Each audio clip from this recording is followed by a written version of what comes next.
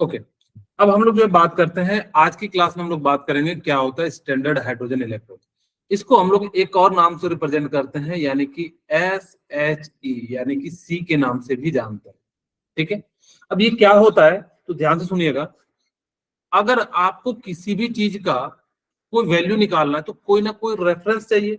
जैसे मैं कहूं कि आपको क्या करना है, सपोज कीजिए कि 1 kg चावल लेना है, तो क्या हम सीधे सीधे तो नहीं ले सकते? ऐसा ले सकते हैं कि हाथ से जो है 2 हाथ दे देंगे तो यानी कि क्या हो जाएगा, आपका जो है वो वैल्यू आ जाएगा? तो नहीं कर सकते। तो इसके लिए हमें क्या करना पड़ता है, किसी रेफरेंस को सेट करना पड़ता है, ताकि कि आप उसके वेट के अनुसार से क्या कर सको, मेजर कर सको। उसी प्रकार से हम लोग क्या करते हैं, यानी कि बैटरी के, यानी कि इलेक्ट्रोड को मेजर करने के लिए या बैटरी के सेल के पावर को मेजर करने के लिए हमें किसी न किसी की रेफरेंस चाहिए। तो हमने कहा कि ऐसे चीज को बनाओ जो क्या कर सके, आसानी से सब जगह अवेलेबल हो।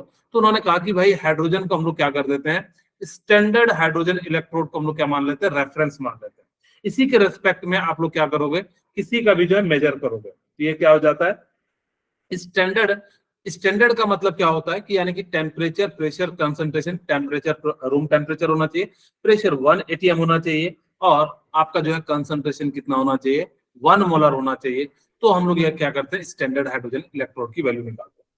बस आपको इतनी सी बात ध्यान रखना है कि स्टैंडर्ड हाइड्रोजन इलेक्ट्रोड को क्या किस रूप में यूज करते हैं, तो रेफरेंस इलेक्ट्रोड के रूप में यूज करते हैं। किसी भी सेल को मेजर करना है तो हम लोग किसके अनुसार से मेजर करेंगे, स्टैंडर्ड इलेक्ट्रोड के अनुसार से मेजर करेंगे।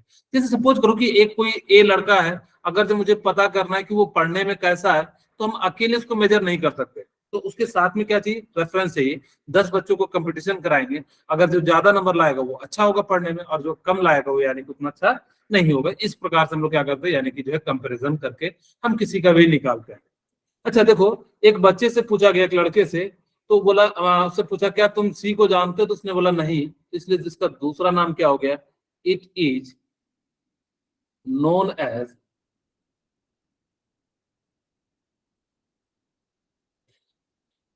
नहीं, यानी कि क्या हो जाएगा, नॉर्मल हाइड्रोजन इलेक्ट्रोड। क्यों कहा गया, क्योंकि ये बिल्कुल नॉर्मल कंडीशन पे सारी चीजें हो रही थी, तो इसीलिए इसको हमने क्या नाम दे दिया, normal electrode, normal hydrogen electrode कह दिया गया। ठीक है, okay. It is a gas ion electrode.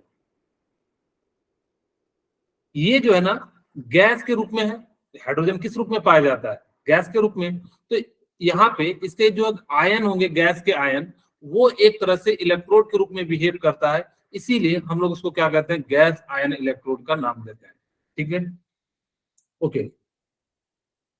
It is used as a reference electrode, reference electrode which is set by IUPAC. ये जो है ना, हम लोगों ने नहीं बनाया है, किसने सेट किया है, आईयूपेक वालों ने क्या करा कि इसको रेफरेंस इलेक्ट्रोड जो है के रूप में यूज करो। और इसको जब हम लोगों ने क्या करा कि आईयूपेक ने जब कहा, तो हम लोग आज भी इसी चीज को फॉलो कर रहे हैं। जैसे आप लोग बैटरी में कहते हो ना कि 2 वोल्ट का है, 3 वोल्ट का है, तो कैसे मेजर करते हैं, तो यानी कि इसी के कंपेरिजन के अनुसार हम लोग क्या करते हैं, मेजर करते हैं। ठीक है, इसकी सबसे इंपॉर्टेंट बात बताने जा रहा हूं, ये तीनों तो मेरे ख्याल से आप लोगों को याद हो गई, क्योंकि इसमें को नॉर्मल हाइड्रोजन, यानी कि हाइड्रोजन नॉर्मल यूज कर रहे थे, इसलिए नॉर्मल हाइड्रोजन इलेक्ट्रोड कह दिए। इसके अंदर गैस आयन के रूप में यूज कर रहे थे, तो इसलिए गैस आयन इलेक्ट्रोड कह दिए। और इसको जो है क्या करते हैं, हम लोग किसी भी बैटरी के रेफरेंस में मेजर करने के लिए यूज करते हैं, इसलिए इसको हम लोग क्या कहते हैं, जो है रेफरेंस इलेक्ट्रोड कहते हैं। Standard hydrogen electrode is used as a anode half and cathode half। हम लोग इसको क्या करते हैं, दोनों के रूप में यूज करते हैं। अभी तक हम लोग जो है एक टर्मिनल को पर्टिकुलर जगह पे हम लोग क्या कर रहे थे, यूज कर रहे थे, लेकिन इसको हम लोग किसके रूप में यूज करते हैं, दोनों टर्मिनल के रूप में यूज करते हैं। चाहो आप एनोड के हाफ के रूप में यूज कर सकते हो, क्योंकि आगे मैं बताऊंगा भी, या तो चाहो आप क्या कर सकते हो, कैथोड हाफ सेल के रूप में भी इसको क्या कर सकते हो, यानी कि यूज कर सकते हो।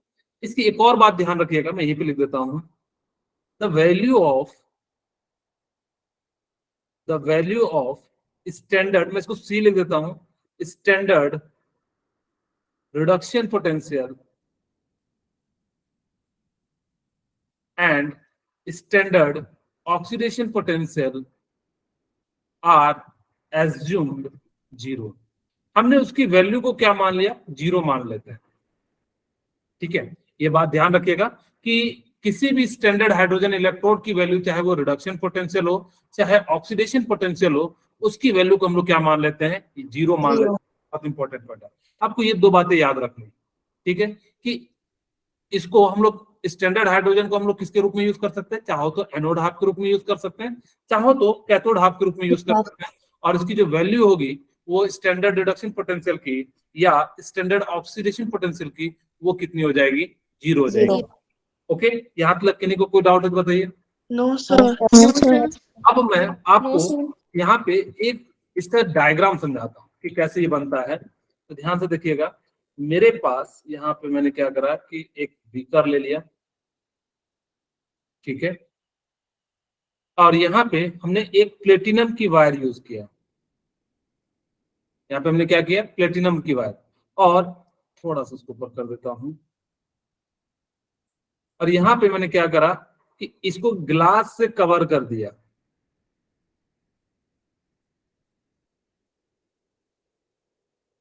और नीचे में ब्लैक फॉयल प्लेटिनम लगा दिया।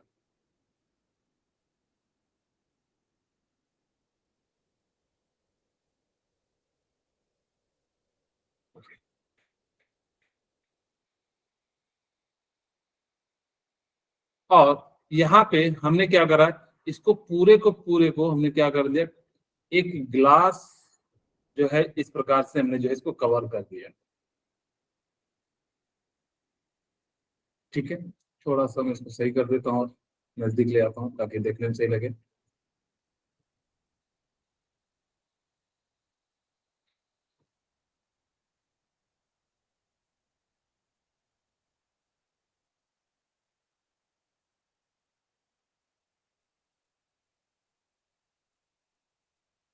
और यहाँ पे एक छोटा सा होल कर देता हूँ, और यहाँ से आपके बोर्ड में पूछा जाएगा कि बताओ कि सी क्या है, या स्टैंडर्ड हाइड्रोजन विथ कंस्ट्रक्शन के साथ।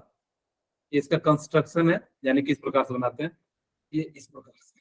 ओके, ये जो वायर है इसको हम लोग क्या कहते हैं, प्लेटिनम वायर कहते हैं। इसको हम लोग क्या कहते हैं, प्लेटिनम वायर कहते हैं। समझाएंगे क्यों प्लेटिनम वायर का यूज करते हैं। दूसरा, ये जो है ब्लैक प्लेटिनम फॉयल है, ब्लैक प्लेटिनम फॉयल है, और इसके अंदर हमने क्या डाला कि HCl का सॉल्यूशन डाल दिया। इसके अंदर हमने क्या डाल दिया, HCl का सॉल्यूशन, और उसकी मोलारिटी जो लोगे वो कितनी लोगे, क्योंकि स्टैंडर्ड है तो यानी कि हम लोग कितना ले लेंगे, 1 ले लेंगे। यहाँ पे ध्यान दीजिएगा कि प्रेशर कितना है, ये थोड़ा सा ऊपर कर देता हूँ क्योंकि इससे बाहर रहेगा, तभी तो वायर जोड़ोगे आप। ओके, ठीक है। अब यहाँ से आप लोगों को ये पता लग गया कि यहाँ से हम लोगों ने क्या करा कि ये इसका जो है डायग्राम है, इसको हम लोग क्या कहते हैं, स्टैंडर्ड, अभी वर्किंग नहीं समझाया हूँ, समझाता हूँ, स्टैंडर्ड हाइड्रोजन इलेक्ट्रोड।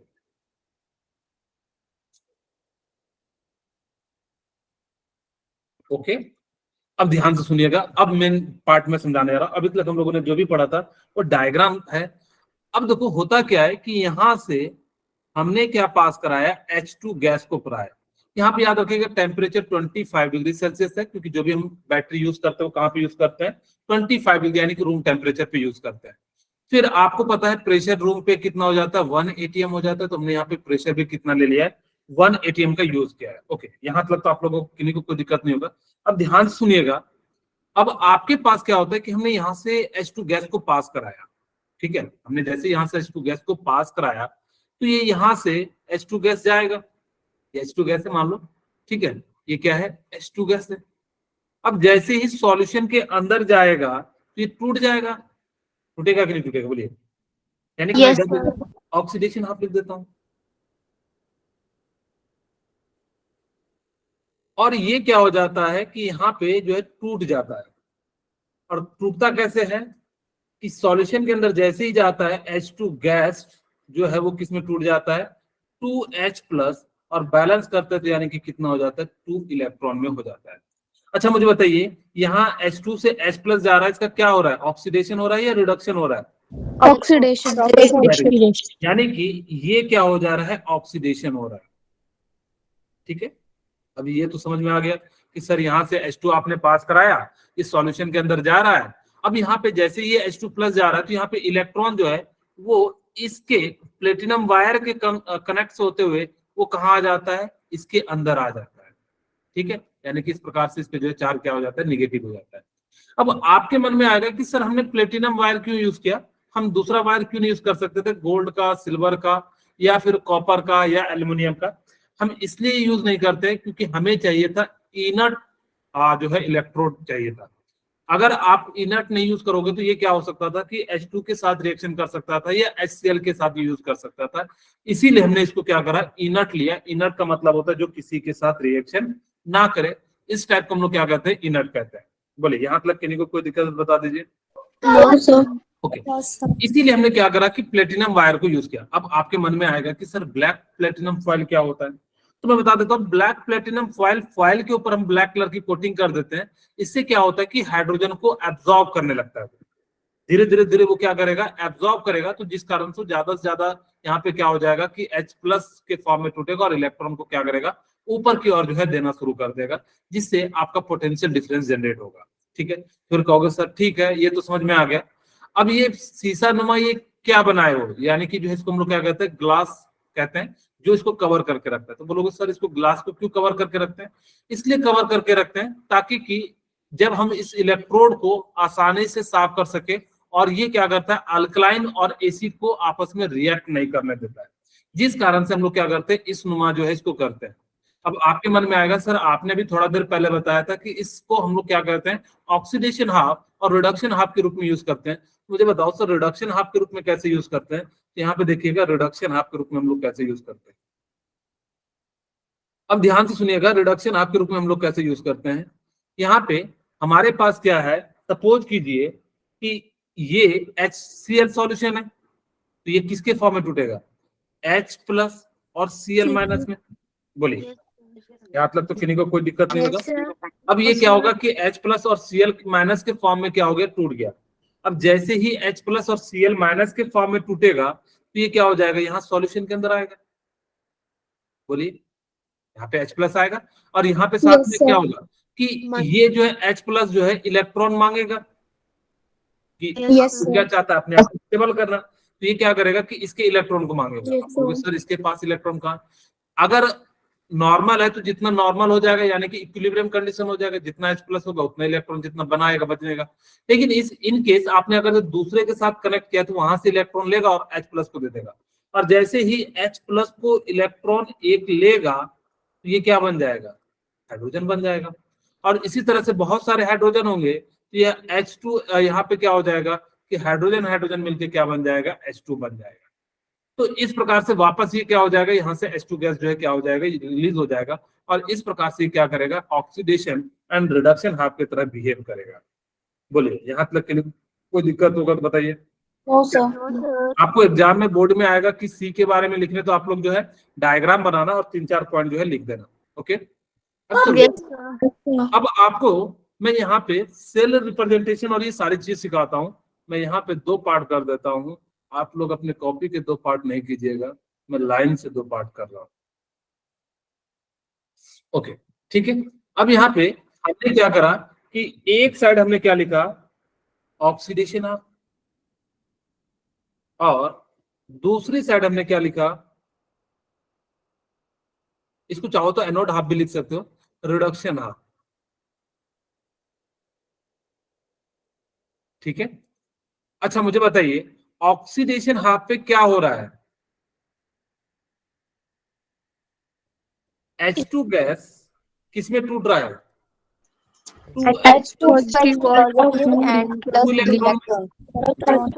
यहाँ तक तो आपको क्लियर हो गया। अच्छा मुझे सेल को रिप्रेजेंट करना होगा तो कैसे करेंगे, representation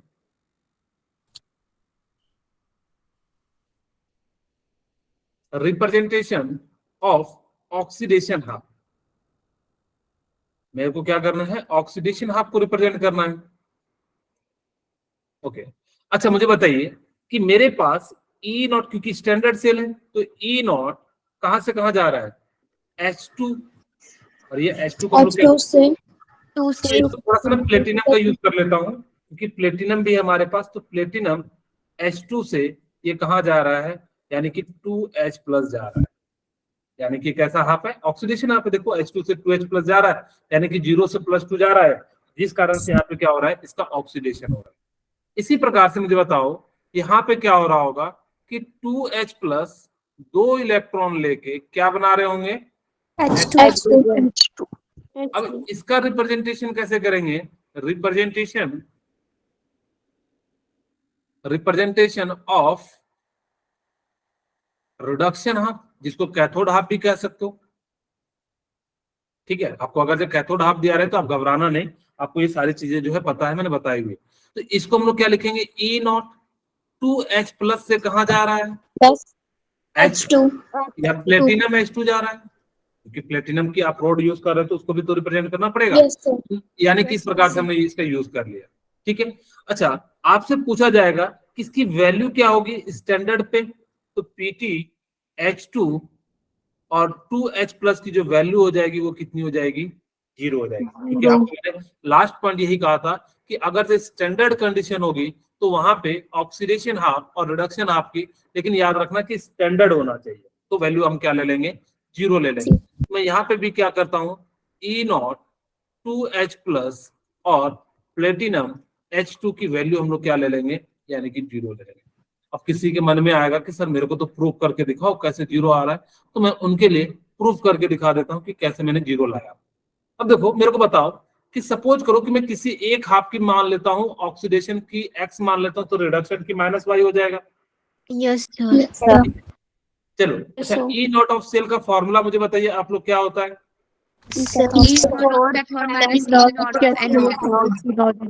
E not of cathode minus E not of क्या हो जाएगा, एनोड। ठीक है, यहाँ पे क्या हो गया, ई नॉट ऑफ कैथोड माइनस, अच्छा ई नॉट ऑफ कैथोड इसको हम लोग क्या कह सकते हैं, एनोड। Yes, sir. और इसको हम लोग क्या कह सकते हैं, कैथोड। ओके, इसको हम लोग क्या कह सकते हैं, एनोड, और इसको हम लोग क्या कह सकते हैं, कैथोड कह सकते हैं। अच्छा कैथोड में आपको अगर मैंने कहा कि हमने माना किसी वैल्यू है, मैंने एनोड की अगर X माना तो कैथोड की वैल्यू कितनी हो जाएगी, -X -Y. लेकिन ये कब होगा, जब रिडक्शन पोटेंशियल होगा। ठीक है, Yes, अभी आपको समझाता हूँ। ई नॉट की जगह पे मैं क्या लिखता हूँ, कैथोड हो रहा है, यानी कि क्या हो रहा है कि 2H प्लस से ये क्या जा रहा है, platinum H2. Okay minus E not of, यहाँ पे क्या लिखेंगे, प्लेटिनम H2 से 2H प्लस. ये वैल्यू हम किसकी ले रहे हैं, रिडक्शन की। Yes, sir. अगर ऑक्सीडेशन की ले रहे हैं, सॉरी यहाँ पे हमने ऑक्सीडेशन का लिया है क्योंकि आपको मैंने कहा था चार्ज से जब जाएगा तो चीजें हो जाएगी। तो इसकी वैल्यू कैथोड की तो वैल्यू आप कितनी ले लोगे, -X। ठीक है, और आपको पता है एनोड की वैल्यू कितनी हो जाएगी, जो भी वैल्यू होती है उसका जस्ट नेगेटिव हो जाता है। कि आपको जो फॉर्मूला है किसके लिए लगाना है, रिडक्शन पोटेंशियल के लिए। चाहो तो इसको आप ऐसे भी लिख सकते हो, ई नॉट 2H प्लस से कहा जा रहा है, प्लेटिनम H2, क्योंकि हमें वैल्यू जो लेनी है वो किसकी लेनी है, रिडक्शन पोटेंशियल की। ये तो रिडक्शन पोटेंशियल, ये है क्या रिडक्शन पोटेंशियल, नहीं, ये कौन सा वैल्यू है, ऑक्सीडेशन पोटेंशियल की। तो माइनस माइनस और माइनस कितना हो जाएगा, X, और यहाँ पे देखो वैल्यू कितनी हो जाएगी, 0। इसीलिए और कॉमन सी बात है कि अगर जी इसकी रिडक्शन वैल्यू लेंगे तो अगर जी X है तो -X है तो कट जाएगा, तो इसकी वैल्यू क्या हो जाएगी, 0 हो जाएगी। और ये कौन सी वैल्यू ले रहे हैं हम, रिडक्शन पोटेंशियल की वैल्यू ले रहे हैं। तो इस प्रकार से हमने क्या जान लिया कि ई नॉट ऑफ सेल जो होता है वो क्या हो जाता है, आपका जो है कैथोड माइनस एनोड होता है, और वो भी कौन सी वैल्यू लेनी है, रिडक्शन पोटेंशियल की। जनरली आप कैथोड बड़े वाले को कैथोड मानना, मैंने यहाँ पे वैल्यू लेने में उल्टा किया है, कोई दिक्कत नहीं है, आप इसको ऐसा कर लो, यहाँ पे हमको जस्ट फिर पूरा चेंज करना पड़ेगा। जनरली आपको जो वैल्यू होती है कैथोड की बड़ी होती है, क्योंकि यहाँ इक्विलिब्रियम केस है तो इसलिए कोई दिक्कत नहीं है। आप कभी भी ऐसा सेल नहीं बनाओगे जिसको हम 10 जूल एनर्जी दें और 2 जूल या 8 जूल जो है एनर्जी रिलीज हो। तो इसीलिए हम लोग हमेशा कैथोड को बड़ा रखते हैं, क्योंकि कैथोड बड़ा रहेगा तभी तो वैल्यू आएगी इसकी सही वैल्यू। तो इसी कारण से हम लोग इसका यूज करते हैं। ओके, यहाँ तक मेरे ख्याल से किन्हीं को कोई दिक्कत है बता दीजिए। No sir. ठीक है, अब देखो कहता है calculation of electrode potential at anode पे क्या हो रहा है, H2 गैस से क्या बन रहा है, 2H + 2 इलेक्ट्रॉन बन रहा है। तो कहता है ऑक्सीडेशन पोटेंशियल की वैल्यू कितनी हो जाएगी, जस्ट मैंने आपको बताया 1 है।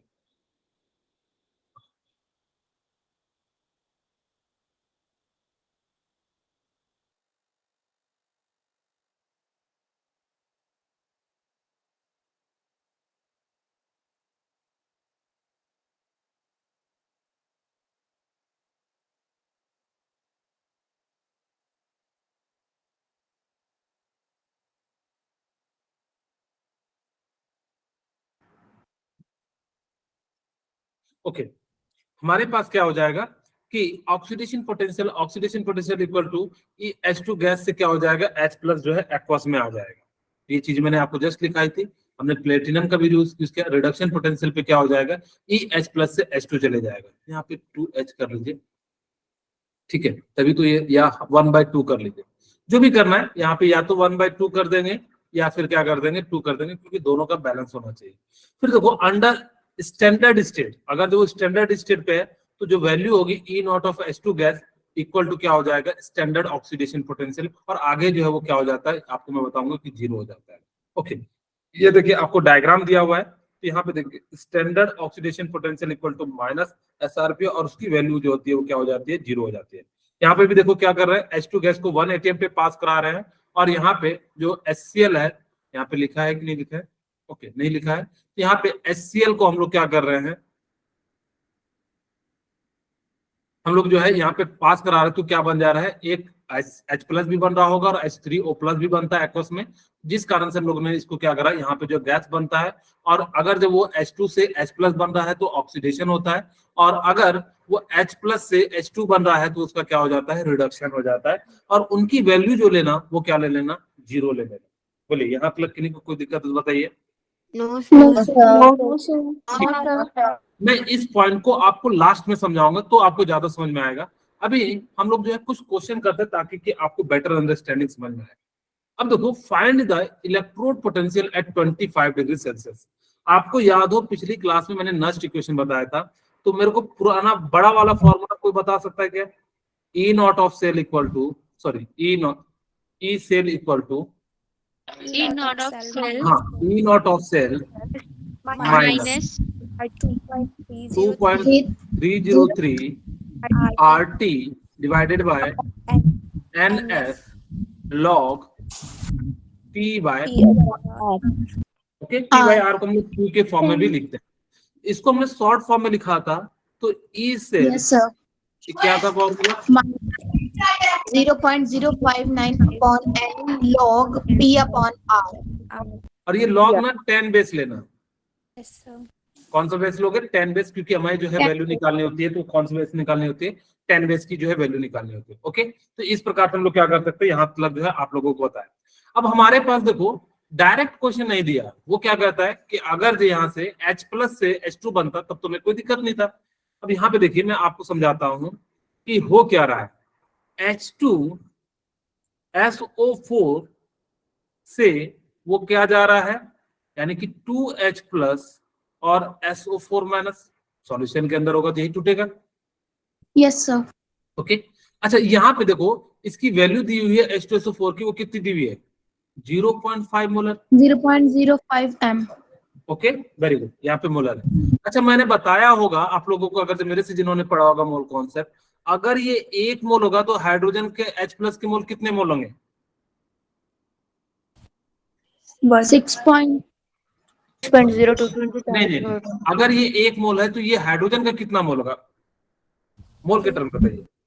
सर 6 2 मोल होगा, क्योंकि आपको पता होगा कि अगर ये 1 मोल होगा तो ये कितना मोल बनेगा, 2 मोल बनेगा। 2 मोल। ये 1 मोल होगा तो SO4 - 2 के कितने मोल होंगे, -2 मोल, यानी कि 2 मोल होगा, सॉरी 1 मोल होगा। जितना स्टिचियोमेट्रिक कोएफिशिएंट होगा वही मोल हो जाता है। अगर जो नॉर्मल कंडीशन में ये 1 मोल है तो ये 2 मोल बन रहे होंगे, और ये अगर ये 1 मोल है तो ये भी कितना बन रहा होगा, 1 मोल बन रहा होगा। ठीक है, बोलिए यहाँ तक किन्हीं को कोई दिक्कत है तो आप लोग लेफ्ट मत कीजिए, क्योंकि ये इंपॉर्टेंट पार्ट है, आपसे क्वेश्चन जो है पूछा जाएगा। ठीक है, तो प्लीज समझने का प्रयास कीजिए। आप लोग के भागने से, कहते हैं कि कभी भी समस्या से भागना नहीं चाहिए, उसका लड़ाई करना चाहिए, डट के सामना करना चाहिए, तो बेटर सॉल्यूशन मिलता है। नहीं तो परेशानी आपको हमेशा क्वेश्चन जो है दबाते रहेगा, फिर बाद में जो हम लोग पछताएंगे। इससे अच्छा है कि अभी हम लोग जो है थोड़ा सा अच्छे से मेहनत कर लेते हैं, और फिर जो है हमारी पूरी लाइफ हो जाएगी, सही हो जाएगी। ओके, अब ध्यान दीजिएगा कि अगर ये 1 मोल होता तो ये 2 मोल होता। यहाँ पे ये कितना दिया हुआ है 0.05, तो इसका डबल हो जाएगा, यानी कि 0.05 इंटू 2 हो जाएगा। यहाँ तक बताइए, समझ में आया? सर दोबारा से समझा दो। ओके, ठीक है। मैंने कहा कि हमें जो है, आपको अगर ये सपोज करो ना कि A 2A से 2B और 3C बन रहा है, या 2B से मैं यहाँ पे ले देता हूँ 5B बन रहा है। इसका मतलब है कि अगर जो ये A का 2 मोल होंगे तो B के 5 मोल होंगे, और C के कितने मोल होंगे, 3 मोल होंगे। अगर जो मुझे कहता है कि मेरे को मान लो इसके 10 मोल हैं, तो इसके मोल कितने हो जाएंगे, 10 into 5 हाँ, यानी कि कितने हो जाएंगे, 1 मोल का 5 है, क्योंकि हम 50 तो 5 मोल के कितने हो जाएंगे, 25 हो जाएंगे। यानी कि इस प्रकार से हम लोग क्या करेंगे, स्टिचियोमेट्री का यूज करके जो हम लोग क्या कर सकते हैं, इसकी वैल्यू निकाल सकते हैं।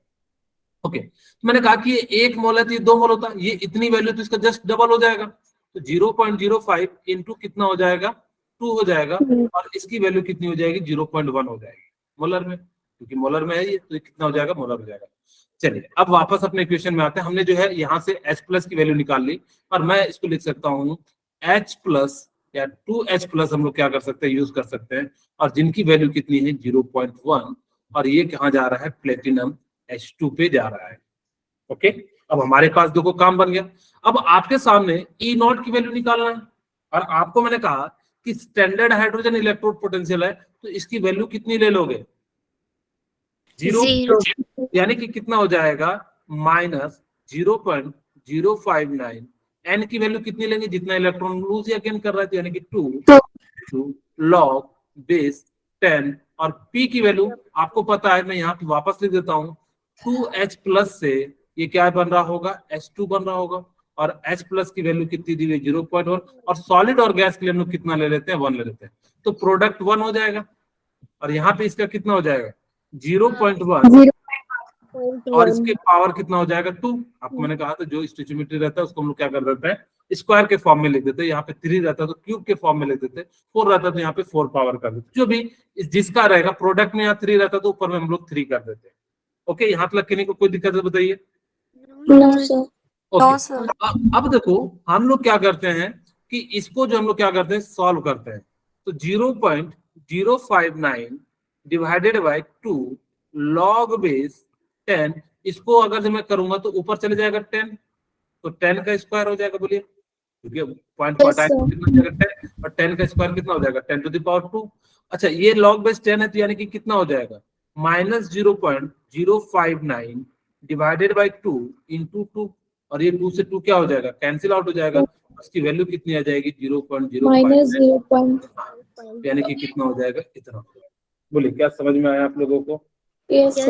ओके, ठीक है। इसी तरीके से आपके पास यहाँ पे सेकंड क्वेश्चन दिया हुआ है, ठीक है, find the electrode potential at 25 degree Celsius for an electrode in contact with a solution whose pH is 10।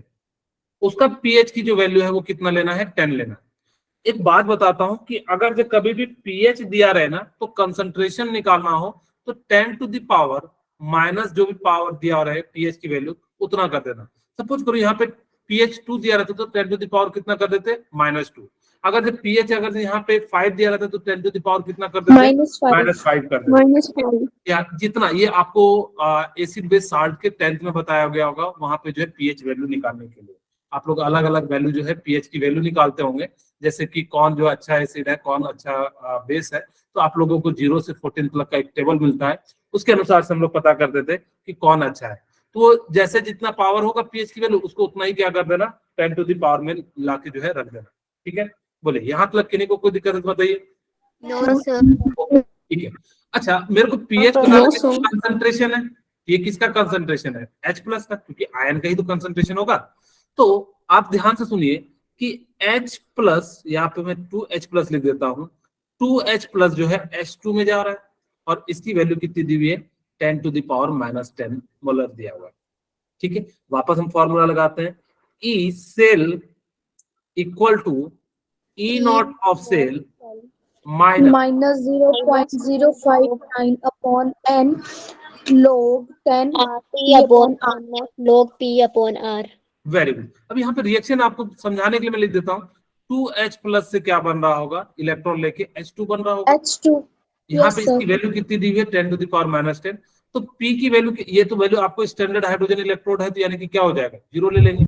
यहाँ पे हम आपको सर कैसे पता लग रहा है, आपको यहाँ पे लिखा है क्या, हम यहाँ पे देख रहे हैं हाइड्रोजन है, इसीलिए हम लोग क्या कर रहे हैं, ई नॉट की वैल्यू को हम लोग क्या ले रहे हैं, 0 ले ले रहे हैं। ओके, तो मैं यहाँ से लिख सकता हूँ -0.059 डिवाइडेड बाय n की वैल्यू कितनी लोगे बताइए। अच्छा, मैं चाहता हूं कि आप लोग इतना सा सॉल्व कीजिए, अब देखते हैं क्या आप लोग वैल्यू निकालते हैं, फटाफट से निकालिए। मैं आपको 1 मिनट समय देता हूं।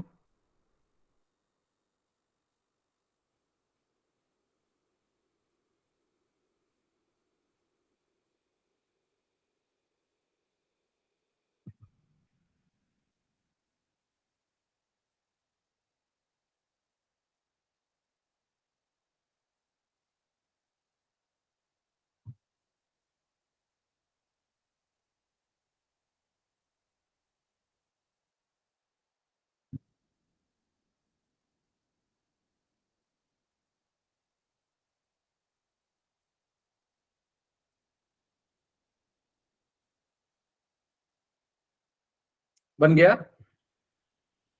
चलिए मुझे बताइएगा कि क्या लिखे, n की वैल्यू कितना लिखे बताइए। sir 1 हाँ, अब देखो n कितने इलेक्ट्रॉन है, यहाँ पे 2 इलेक्ट्रॉन है ना, तो यानी कि H प्लस आपको H2 पे जाना है, तो एक ऐसे एक इलेक्ट्रॉन, दो, तो यहाँ पे कितना इलेक्ट्रॉन ऐड करोगे, 2 इलेक्ट्रॉन ऐड करोगे तभी तो H2 बनेगा। तो n की वैल्यू कितनी हो जाएगी, 2 लॉग बेस 10। P क्या लिखेंगे, 1 R क्या लिखेंगे, 10 की पावर -10 10 raised to और- -10. और पावर कुछ लिखेंगे क्या, square yes very sir good। यानी कि 2 है तो यहाँ पे क्या कर देंगे, 2 कर देंगे। अच्छा मुझे बताइए कि यहाँ पे 0.059 डिवाइडेड बाई 2 लॉग बेस, इसको ऊपर ले जाऊंगा तो यानी कि 10⁻−10 +10 हो जाएगा, yes और sir इसका स्क्वायर हो जाएगा। बोलिए, Yes, sir. यानी कोई यहाँ तक तो कोई डाउट तो नहीं है ना।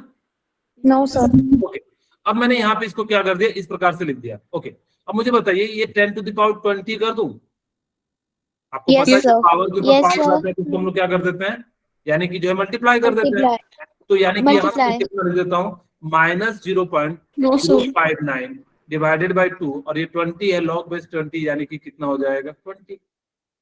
ओके, यहाँ से आप इसको घटा दोगे तो यानी कि कितनी बार में कट जाएगा, 10 बार में, और यहाँ से कितना आ जाएगा, 0.59 वोल्ट आ जाएगा। ठीक है, यानी कि इस प्रकार से हम लोग क्या कर सकते हैं कि किसी भी स्टैंडर्ड हाइड्रोजन इलेक्ट्रोड का हम लोग क्या कर सकते हैं, मेजर कर सकते हैं। ये रेफरेंस होता है किसी को मेजर करने के लिए। यहाँ तक बताइए, किन्हीं को कोई दिक्कत है तो बता दीजिए। no sir Okay, No, sir. इसका हम लोग यूज करते हैं, इट इज, मैं लिख भी देता हूं, it is used for determining the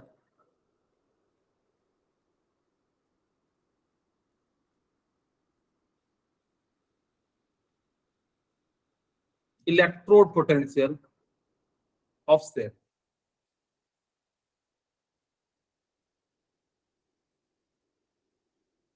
ठीक है, हम लोग क्या करते हैं, इसका जो हम लोग यूज करते हैं किस लिए, इलेक्ट्रोड पोटेंशियल ऑफ सेल के लिए हम लोग क्या करते हैं, यानी कि यूज करते हैं। दूसरा, नेवर गिव्स एब्सोल्यूट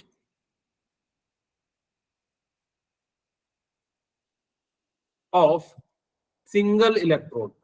ये कोई भी, अगर जो मैं कहूं सिंगल इलेक्ट्रोड, कभी भी क्या कोई एब्सोल्यूट वैल्यू दे सकता है क्या, नहीं। No, no sir. sir इसका मतलब क्या है कि जैसे मैं कहूं मेरी क्लास में मैं अकेला स्टूडेंट हूं, और मैं अगर जब पढ़ूंगा तो टॉप कौन करेगा, मैं ही करूंगा। sir एक हाँ, पीछे से भी कौन रहेगा, मैं ही रहूंगा। यानी कि कभी भी सिंगल इलेक्ट्रोड की एब्सोल्यूट वैल्यू नहीं निकाल सकते। फिर आप हाँ बोलिए। अच्छा प्रिया मजा ले रहे हैं ना, ओके ठीक है, कोई दिक्कत नहीं है, ठीक है, ओके। तो यानी कि क्या हो जाता है, एब्सोल्यूट वैल्यू का मतलब होता है कि कभी भी जब भी हम किसी चीज को तुलना करते हैं ना, तो ना किसी के रेफरेंस में करते हैं, हम अकेले अकेले नहीं कर सकते। जैसे मान लो कि इस क्लास में अगर जैसे सपोज करो कि मेरे को पता करना कि एक बच्चा है कोई भी, मैं उसका नाम ले लेता हूँ ए, आपका नाम नहीं लूंगा, आप चिंता मत कीजिए, ठीक है। अब मैं कहूंगा कि वो पढ़ने में तेज है या नहीं है, तो अकेले का हम नहीं बता सकते। तो कहते हैं never give absolute value of single electron, हम नहीं बता सकते कि कौन तेज है कौन खराब है, एक एक अगर से स्टूडेंट की बात करेंगे। लेकिन अगर जब ग्रुप में होगा तो मैं बता सकता हूँ, जितना बड़ा ग्रुप होता है उतना ज्यादा अच्छे से आप बता सकते हो कि कौन कितना अच्छा है, क्योंकि जितना ज्यादा कंपटीशन टफ होता है उतना ही ज्यादा आप लोग जो है चीजें जो है हम लोग एनालाइज करने में आसान होता है। अब 100 में एक करना टॉप तो थोड़ा सा यानी कि बहुत मुश्किल है, अब लेकिन लाख में अगर जो एक लाना तो वो भी और मुश्किल है, 22 लाख में लाना तो और ज्यादा मुश्किल है, ठीक है। लेकिन 2 में लाना तो बड़ा आसान है, या तो फर्स्ट होंगे या तो सेकंड होंगे, कि भाई कुछ ना कुछ तो होंगे ही होंगे ना। तो इसीलिए हम कभी भी सिंगल इलेक्ट्रोड की एब्सोल्यूट वैल्यू नहीं निकाल सकते। तो हम लोग कौन से निकालते हैं, हम लोग जो है जनरली निकालते हैं we find relative value.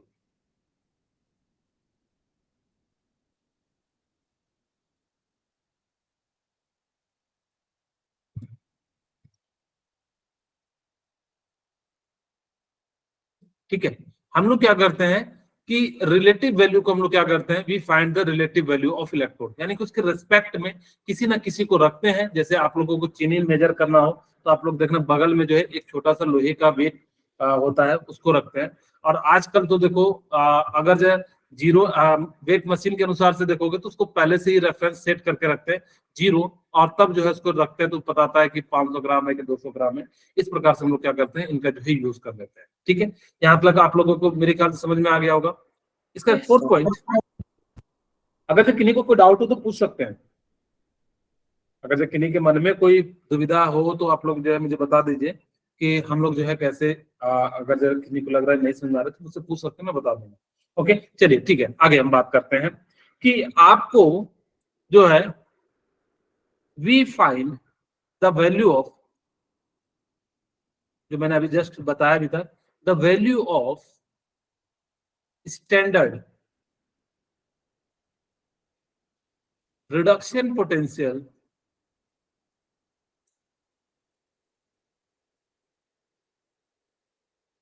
and standard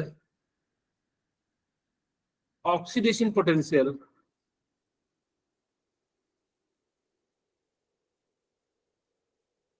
value is taken as 0। हम लोग उसकी वैल्यू को क्या लेना, जीरो लेना, अगर तो वो स्टैंडर्ड हो। अब अगर जो स्टैंडर्ड नहीं होगा तो जीरो नहीं लेना। हम ही की भी बात करेंगे लेकिन जस्ट थोड़ी देर में आप लोगों को समझाऊंगा ही। तो ये सारे पॉइंट भी याद करना कि हम लोग इसका यूज करते हैं किसके लिए, इलेक्ट्रोड को मेजर करने के लिए। कभी भी सिंगल इलेक्ट्रोड जो है एब्सोल्यूट वैल्यू नहीं देता, हम लोग क्या करते हैं रिलेटिव वैल्यू फाइंड करते हैं, और स्टैंडर्ड रिडक्शन पोटेंशियल और स्टैंडर्ड ऑक्सीडेशन पोटेंशियल की जो वैल्यू होती है वो क्या ले लेते हैं, हम लोग जो है जीरो ले लेते हैं। बोलिए यहाँ तक किसी को कोई डाउट हो तो बता दीजिए। नो आपको मैं एक पहले जो है, हाँ बोलिए, कोई डाउट हो, अगर किसी को कोई डाउट हो तो बताइए। ओके, मैं आपको पहले एक दो पॉइंट समझाता हूँ, फिर एक जो है ग्राफ समझाऊंगा आपको। यहाँ पे देखिए, इस वैल्यू के बाद में समझाते हैं। अब यहाँ पे देखो हाइड्रोजन इलेक्ट्रोड की हम बात कर रहे हैं, यानी कि ही की बात करते हैं। ठीक है, अगर जो स्टैंडर्ड होगा तो यानी कि सी की बात करेंगे, अगर जो स्टैंडर्ड नहीं होगा तो हम लोग क्या बात करेंगे, ही की बात करेंगे। लड़की की बात कर रहे थे तो लड़के की भी बात करना चाहिए ना, भले इसमें नहीं है लड़का तो वो लोग बुरा मान जाता। तो इसीलिए हम लोग क्या करेंगे, अगर जो आपको ही निकालना होगा तो वहां पे ई नॉट की वैल्यू आप जीरो नहीं लेना। ठीक है, वो आपको जनरली दिया रहेगा कि इसकी वैल्यू इतनी है, आपको इतना रेफरेंस लेना है, तो वहां पे जो है अलग कंडीशन है। तो हम लोग क्या निकालेंगे, E cell equal to E naught minus 0.0591 divided by 2। अगर ही रहेगा, हाइड्रोजन रहेगा, तो हमेशा जो एन की वैल्यू होती है वो कितनी ले लेना, 2 ले लेना। आपको जनरली जो है, अगर हाइड्रोजन नहीं रहेगा तो हम एन की वैल्यू 2 नहीं लेंगे, जैसे मैंने पिछली जो क्वेश्चन में H2SO4 कराया, सपोज करो कि मैं H3PO4 ले लेता तो हम लोग जो है यहाँ पे 2 वैल्यू नहीं लेते, ठीक है, तो हम लोग क्या करते हैं, अलग वैल्यू लेते हैं। लेकिन अगर जैसे सिंपल हाइड्रोजन वाला है तो आप N की वैल्यू क्या ले सकते हो, 2 ले सकते हो, फिर H प्लस का कंसंट्रेशन और नीचे में क्या ले सकते हो, प्रेशर ऑफ H2। आपको मैंने कहा भी था कि इन केस अगर आपको कंसंट्रेशन नहीं दिया रहे तो आप प्रेशर को क्या कर सकते हो, एज अ कंसंट्रेशन के रूप में यूज कर सकते हो। जिसमें मैंने कहा था कि सॉलिड और लिक्विड अगर कुछ नहीं दिया रहता है तो हम लोग उसको कितना ले लेते हैं, उसकी वैल्यू को बताइए कितना लेते हैं, 1 ले लेते हैं, ठीक है। यानी कि इस प्रकार से हम लोग क्या करते हैं, यानी कि ही की वैल्यू को निकालते हैं। अब मैं इस डायग्राम को पहले आपको समझाता हूं, फिर इसको यहाँ पे जो है आपको एक्सप्लेन करूंगा, ठीक है।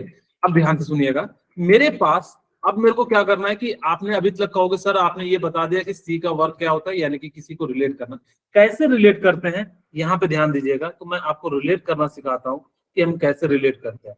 मान लो कि मैंने 2 इलेक्ट्रोड ले लिए, ठीक है, एक साइड हम जिंक रखेंगे और एक साइड जो है हाइड्रोजन रखेंगे।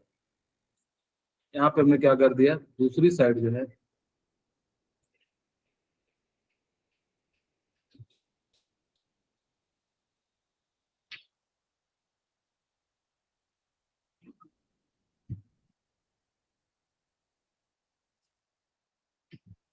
ठीक है, यहाँ पे हम लोगों ने क्या करा, ZnSO4 और जिंक का रॉड ले लिया। ये जिंक का रॉड है और यहाँ पे जो सॉल्यूशन है वो ZnSO4 जिंक सल्फेट, और यहाँ पे हम वापस से हाइड्रोजन इलेक्ट्रोड बनाते हैं और यहाँ पे हमने क्या कर दिया,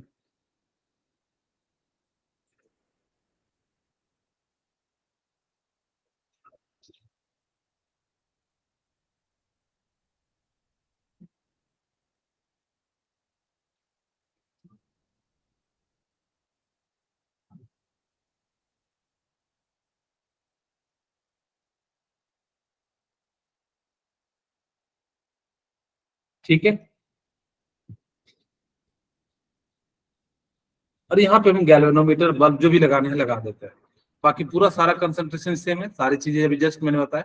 हम लोग जो है यहाँ पे मैंने जो है ना जानबूझ के आपको बुक में जो है एनोड के रूप में मिलेगा, लेकिन मैंने इसको कैथोड के रूप में यूज किया है ताकि कि आपको जो है ज्यादा चीजें जो है समझ में आ सके, ठीक है।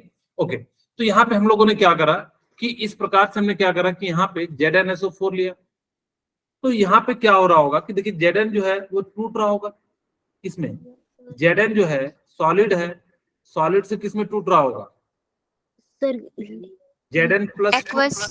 हाँ Zn+2 एक्वस में, और साथ में क्या टूट रहा होगा, 2 इलेक्ट्रॉन। 2 electrons. यहाँ पे हम H2 डाल रहे हैं, H2 गैस, और ये सॉल्यूशन कैसा है, HCl है। कंसंट्रेशन इसका कितना ले रहे हैं, 1 मोलर ले रहे हैं। ओके ठीक है, और ये क्या है, ब्लैक Platinum foil. हाँ ब्लैक प्लेटिनम फॉइल है।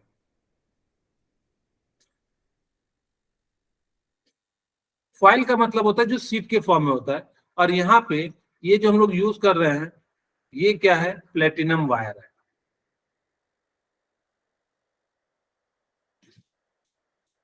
ओके ठीक है, यहाँ तक तो आप लोगों को मेरे ख्याल से कोई दिक्कत नहीं होगा। अब देखो होता क्या है कि Zn प्लस जो है सॉल्यूशन में आना शुरू हो जाएगा, क्योंकि टूटता है Zn, तो ये इलेक्ट्रॉन जाना शुरू हो जाएगा, ठीक है, ये इलेक्ट्रॉन क्या हो जाएगा, जाना शुरू हो जाएगा, इलेक्ट्रॉन का डायरेक्शन ऐसा होगा। अब देखो यहाँ पे क्या हो रहा होगा कि जैसे ही आपने यहां से इलेक्ट्रॉन को भेजा तो यहाँ पे क्या हो रहा होगा कि H प्लस सॉल्यूशन में होगा, तो ये H प्लस लेके यहां से धीरे धीरे क्या निकलेगा, इस बार H2 गैस निकलेगा। तो अगर जब मैं इसको अलग पेज में समझाऊं तो देखिए ऑक्सीडेशन हाफ पे क्या हो रहा है,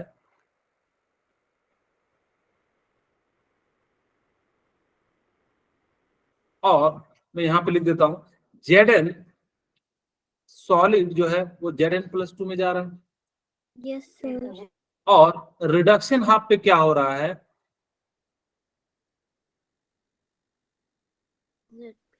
H प्लस या 2H प्लस 2 इलेक्ट्रॉन लेके वो क्या बन जा रहा है, H2। ओके ठीक है, यहाँ पे इसका ऑक्सीडेशन हो रहा है, इसीलिए इसको हम लोग क्या कहते हैं, एनोड हाफ, और इसको हम लोग क्या कहते हैं, कैथोड हाफ. कैथोड हाफ कहते हैं। ओके, मेरे ख्याल से यहाँ तक। अब वापस चलते हैं, देखिए यहाँ पे जैसे ही इलेक्ट्रॉन जा रहा होगा तो ये H प्लस इलेक्ट्रॉन, अब इसको तो कमी नहीं हो रहा होगा। यही चीज मैं आपको शुरू में बता रहा था कि इसको इलेक्ट्रॉन देने के लिए या तो कहीं ना कहीं से सोर्स होगा, तो यहाँ से जैसे इसको दे रहे होंगे तो यानी कि इस प्रकार से क्या होगा, यहाँ पे जो है इसकी वैल्यू ले लेते हैं। मैं आपको बता देता हूं कि Zn का जो वैल्यू होता है ऑक्सीडेशन हाफ के लिए कितना हो जाता है, 0.76 होता है, ये वैल्यू होती है। यानी कि Zn का जो ऑक्सीडेशन हाफ की जो वैल्यू होती है, वैल्यू ऑफ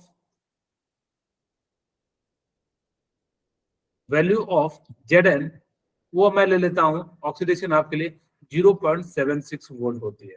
ठीक है, अब मुझे पता है कि इस सेल की जो वोल्टेज होगी वो कितनी होगी, 0.76 होगी। कि जो आपको मैंने कहा कि हम तो क्या करेंगे कि हाइड्रोजन का जीरो ले लेंगे। तो आपके लिए देखो मैं फॉर्मूला लिखता हूं, ई नॉट ऑफ सेल, हम स्टैंडर्ड की बात कर रहे हैं तो हम लोग क्या लिखेंगे, E not of cathode. Very good, आप लोग मेरे साथ ऐसे बताते रहेंगे तो ज्यादा बेटर रहेगा, क्योंकि आपका रिवाइज होते चलेगा, रिकॉल करोगे तो चीजें याद रह जाती है।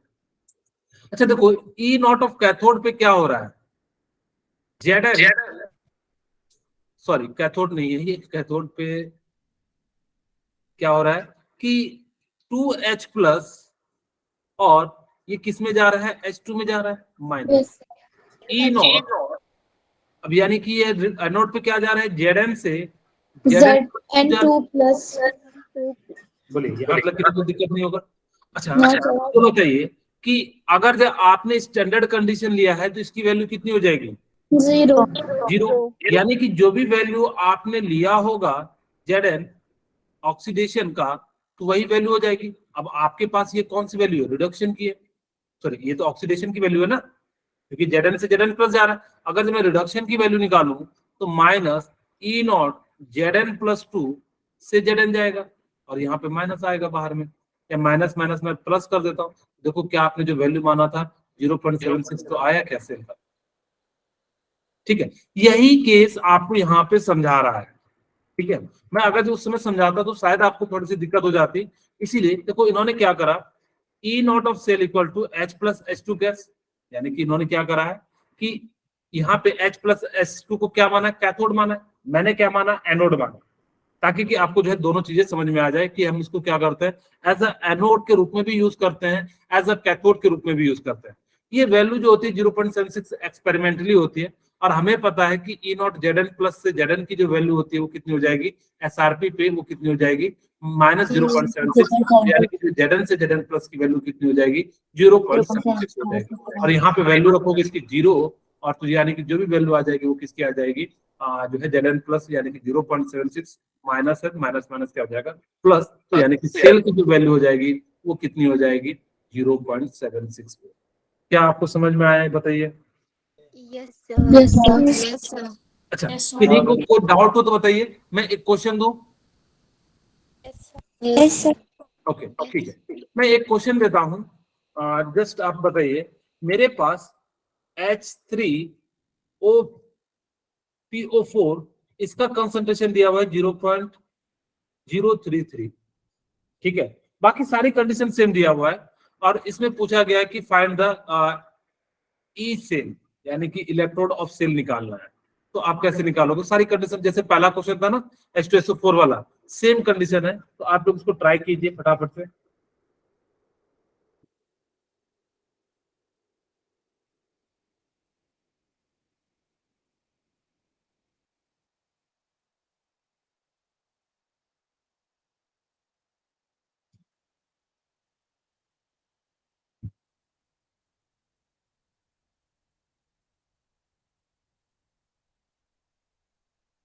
चलिए मैं बना दूं,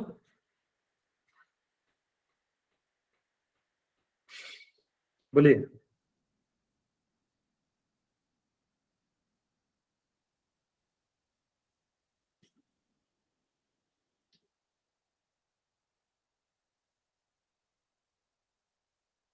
चलिए मैं बना देता हूँ, आप लोगों के लिए सेल रिएक्शन लिख देता हूँ, ताकि कि आप यहाँ पे देखो, ई सेल का फॉर्मूला क्या हो जाएगा बताइए, ई नॉट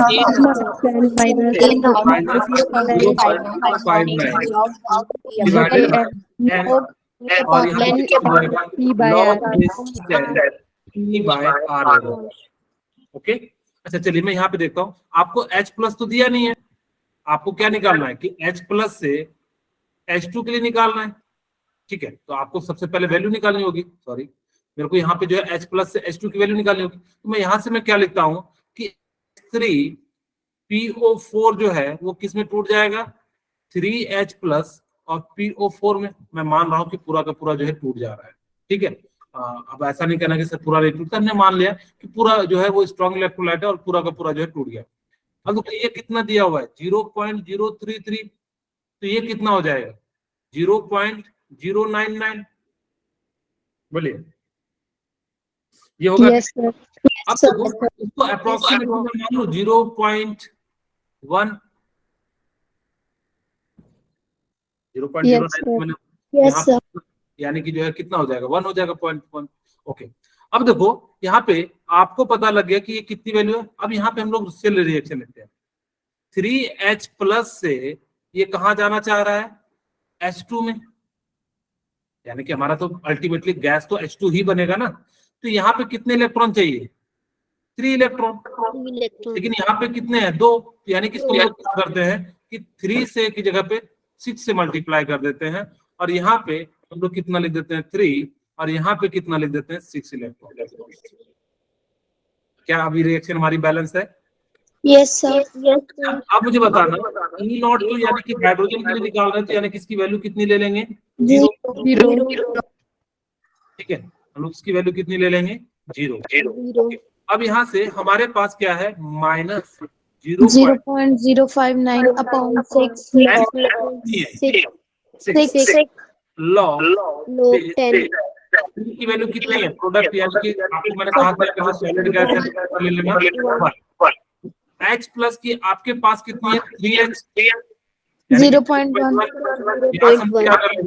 0.1 का होल क्यूब कर देंगे, सॉरी होल 6, और यहाँ से आपके पास कितना हो जाएगा 0.059 डिवाइडेड बाय 6 लॉग बेस 10, और ये ऊपर जाएगा 10 टू द पावर कितना हो जाएगा 6, और यहाँ पे वैल्यू कितनी आ जाएगी 0.059 वोल्ट आ जाएगी। क्या आप लोगों को समझ में आया? Yes, sir. ठीक है, तो आज की क्लास में यहीं पे रखता हूँ।